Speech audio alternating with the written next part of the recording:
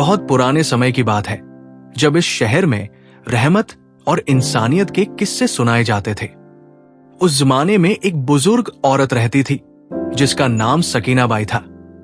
उम्र के 60 बरस गुजर चुके थे, मगर उसके हाथों में अब भी वो ताकत थी जो नई जिंदगी को इस दुनिया में लाने के लिए दरकार होती है।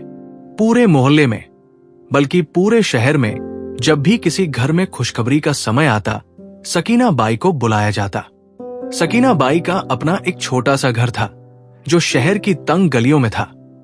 उसके शौहर बरसों पहले वफात पा चुके थे और बच्चे नसीब ना हुए, मगर अल्लाह ने उसे एक और नेमत दी थी। वो पूरे शहर की मां बन गई थी। जिन बच्चों को उसके हाथों ने इस दुनिया में पहली सांस दिलाई, उनकी तादाद सैकड़ों में थी और हर बच्चे के साथ एक रिश्ता जुड़ जाता था जो उम्र भर कायम रहता। लोग कहते थे कि सकीना बाई के हाथों में शिफा है। जहां डॉक्टर हाथ खड़े कर देते, वहां सकीना बाई अपनी दुआओं और तजुर्बे से मां और बच्चे दोनों को बचा लेती। उसकी झोली में देसी नुस्खे थे, पुरानी दवाइयां थी और सबसे बढ़कर एक दिल था जो हर दर्द को समझता था। सकीना बाई गरीबों से कभी पैसे नहीं लेती थी।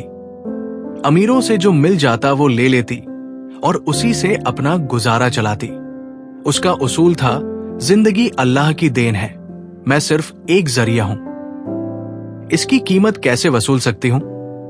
उसी शहर में एक नवाब रहता था जिसका नाम अलीमुद्दीन खान था। बड़ी हवेली, बड़ा नाम, बड़ा रुतबा, मगर एक कमी थी जो उसे दिन रात खाई जाती थी। उसके कोई बेटा नहीं था। 2 बेटियां थी जो पहली बीवी से थी, मगर नवाब को वारिस चाहिए था।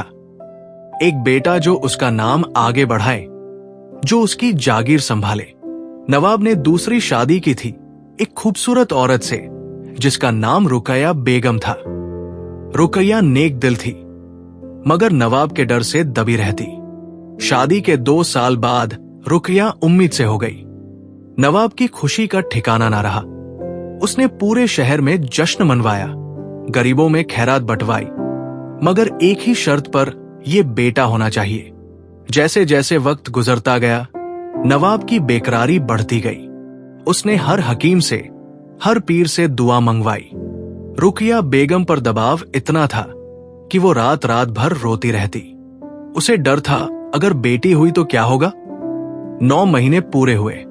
एक सर्द रात थी जब रुकैया बेगम को दर्द शुरू हुआ। हवेली में हड़कंप मच गया।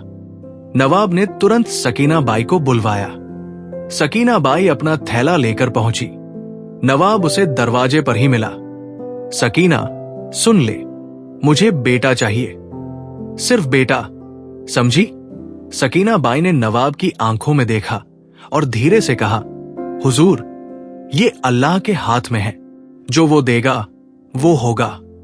मुझे तेरी अल्लाह की बातें नहीं सुननी। मैं कहता हूं बेटा होना चाहिए, वरना तुझे और बेगम को दोनों को इस शहर से निकाल दूंगा। सकीना बाई ने कुछ नहीं कहा। वो अंदर चली गई जहां रुकैया बेगम दर्द से तड़प रही थी। सकीना ने उसका माथा सहलाया और कहा, बेगम, घबराओ मत, सब ठीक होगा, बस अल्लाह पर भरोसा रखो। रात भर मशक्कत चली। सकीना बाई बेगम के पास बैठी रही, दुआएं पढ़ती रही, हिम्मत देती रही। नवाब बाहर टहल रहा था, बेचैनी से। उसके चेहरे पर परेशानी साफ दिख रही थी। फजर की अजान होने से कुछ देर पहले बच्चे की आवाज आई। सकीना बाई ने बच्चे को संभाला, उसका मुंह साफ किया और तब उसकी सांस रुक गई। बेटी थी, नन्ही सी, मासूम, गुलाब की पंखुड़ी जैसी। सकीना का दिल बैठ गया, मगर अभी कुछ और होना बाकी था। बेगम को फिर तकलीफ शुरू हुई। सकीना समझ गई जुड़वा है। कुछ देर बाद दूसरा बच्चा भी पैदा हुआ। ये भी बेटी थी।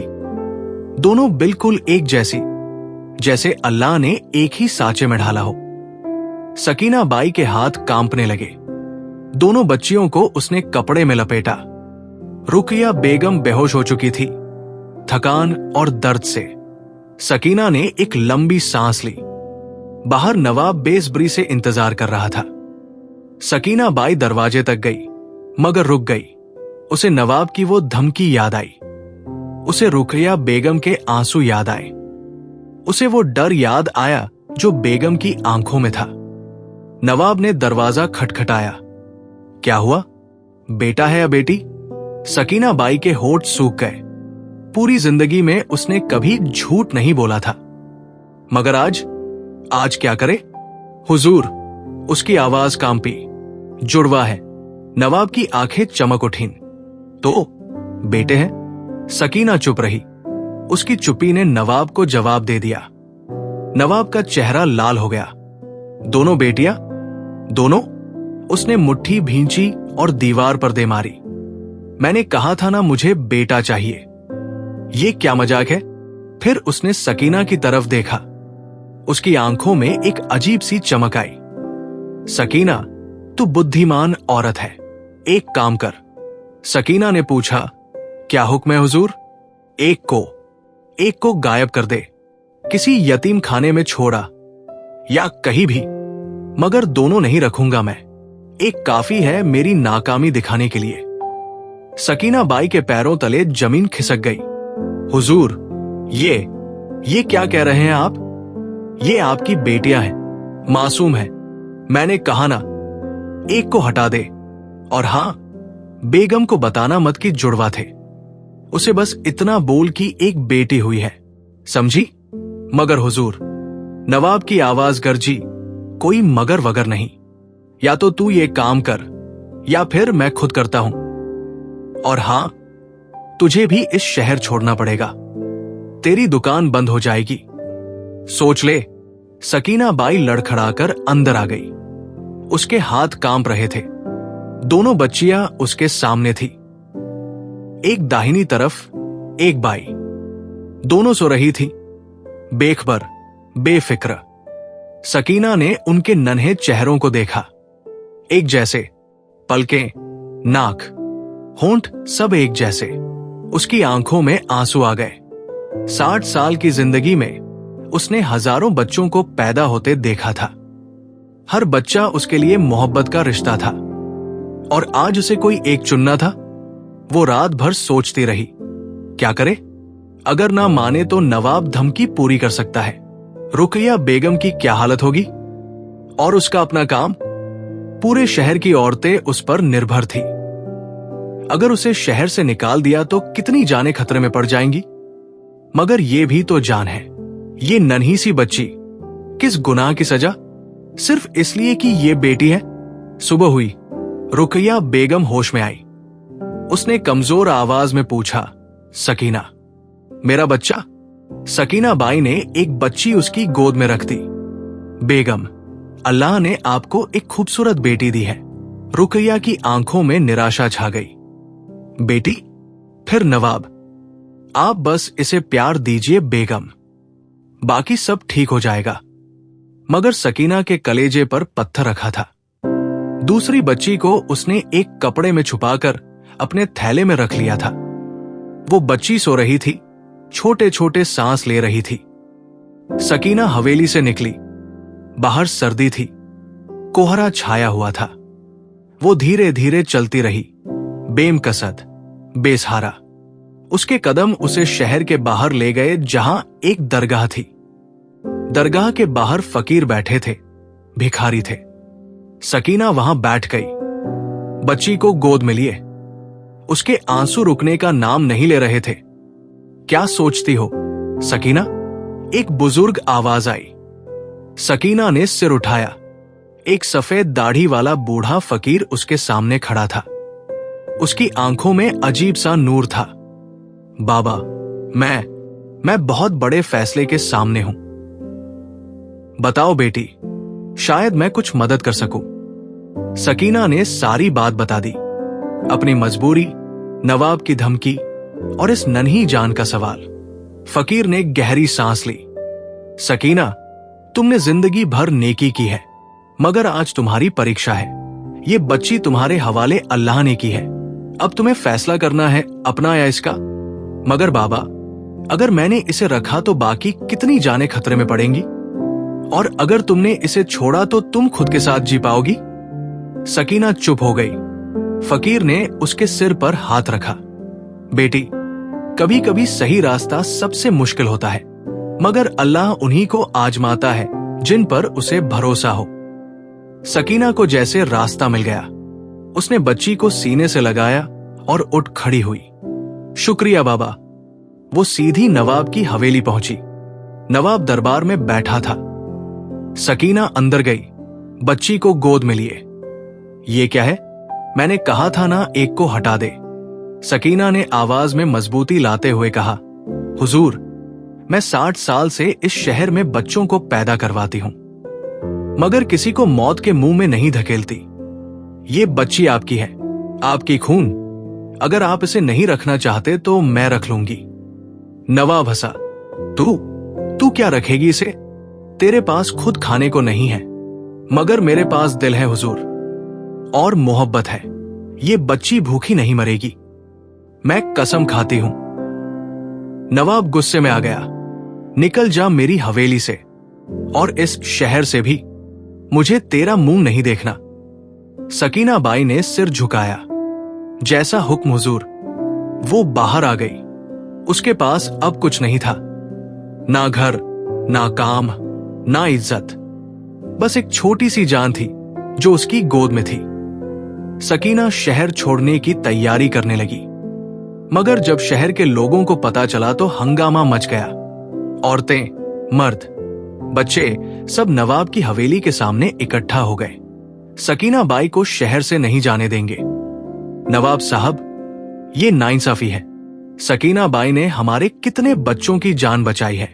नवाब परेशान हो गया। उसे समझ नहीं आ रहा था कि क्या करे।